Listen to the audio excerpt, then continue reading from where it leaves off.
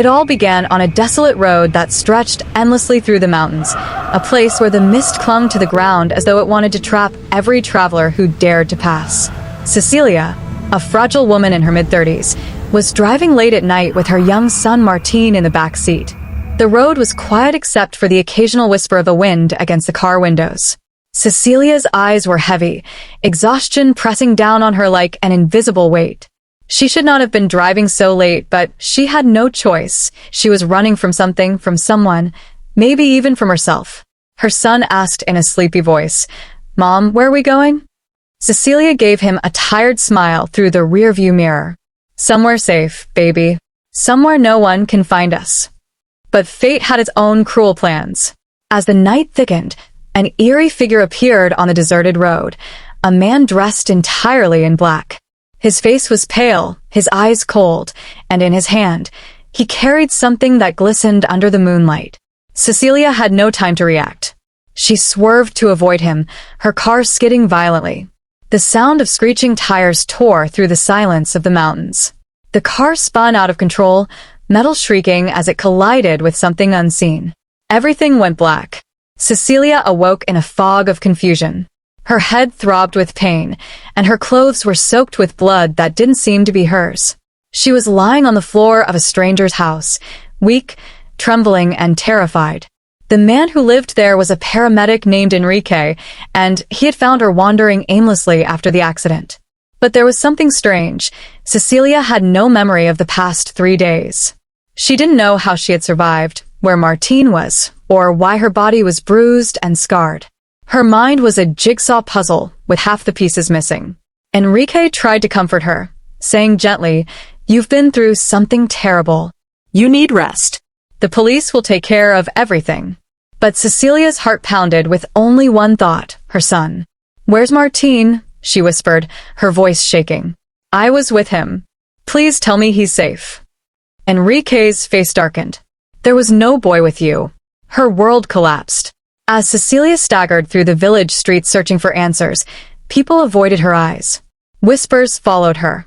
Some crossed themselves, others simply turned their backs. It was as though she carried a curse. That night, Cecilia saw him again, the man in black.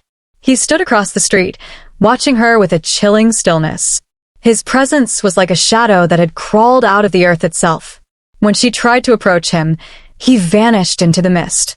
The locals warned her, "Stay away from him. He is no ordinary man. He hunts the ones who stray into his path." But Cecilia's desperation grew. She needed to know what happened on that road. She needed Martín back. Haunted by visions, Cecilia's fragmented memories began to return. She saw flashes of blood, the face of her terrified son, and something monstrous hiding in the night. Enrique tried to piece together her story, but even he grew fearful. What if he didn't make it? "Cecilia, you need to prepare yourself." But a mother's heart never surrenders. Cecilia refused to believe her son was gone. She followed every lead, even when it led her deeper into the supernatural darkness surrounding the village. The priest of the local church finally gave her the truth, though it was drenched in horror. On the 3rd day, the shadows claim what belongs to them. A pact was made long ago. The man in black is not human. He is a collector of souls. You survived the accident, Cecilia, but you were marked. And your son, he may already be beyond saving. Her scream echoed through the church walls. As the 3rd night arrived, Cecilia's body weakened, her strength fading as though something inside her was rotting away. She realized that she had been chosen as a vessel. Something unholy had taken root within her during the missing days. She wasn't just searching for Martín anymore. She was fighting for her own soul. The man in black returned. This time, he stood closer, whispering words that only she could hear.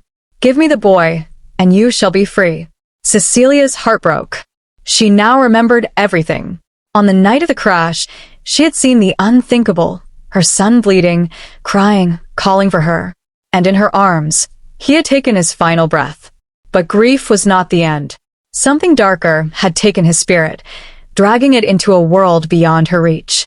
That was why she could not find him. That was why she had wandered in confusion. Still, she refused to surrender. "I will never give him to you," she spat through her tears. With what little strength remained, she prayed, clutching the rosary the priest had given her. Shadows swirled, voices screamed, and the walls trembled as the man in black unleashed his fury.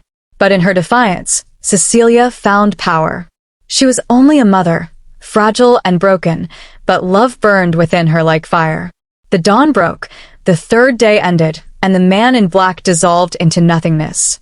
But Cecilia collapsed, her body lifeless on the church floor.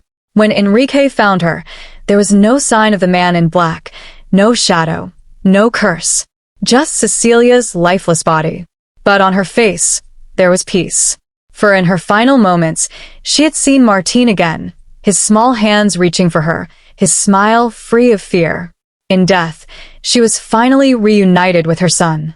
The villagers whispered of her bravery, of how she defied the darkness when no one else dared. Some said she banished the curse. Others claimed the man in black would return again when another soul was marked. But one truth remained eternal: Cecilia's love for Martín endured beyond death. Even when the shadows came to claim her, her spirit fought back. And somewhere in the stillness of the mountains, a mother and son walked hand in hand, free at last.